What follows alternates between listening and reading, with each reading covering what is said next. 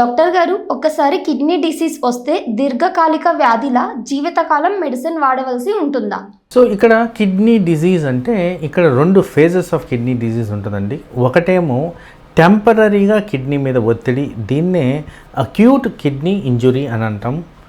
కొన్నిసార్లు long term damage అనేది జరుగుద్ది. ముఖ్యంగా associated conditions like diabetes, hyper tension ఉన్నప్పుడు ఇలాంటివి తరచుగా చూస్తూ ఉంటాం.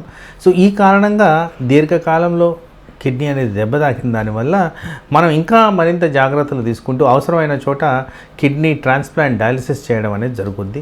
ఎక్కడైతే అక్యూట్ కిడ్నీ జరుగుద్దో ఇక్కడ సపోర్టివ్ మెజర్స్ తీసుకుంటూ కిడ్నీకి హానికరమైన ఏవైనా సబ్స్టెన్సెస్ ఉంటే అవి తొలగిస్తూ కిడ్నీ ప్రొటెక్టివ్ మెజర్స్ని ఎక్కువగా పాటిస్తూ తరచుగా కిడ్నీ ఫంక్షన్ని మానిటర్ చేసుకుంటూ ఉంటే ఈ acute kidney injury long term kidney injury కాకుండా కాపాడుకోవడం.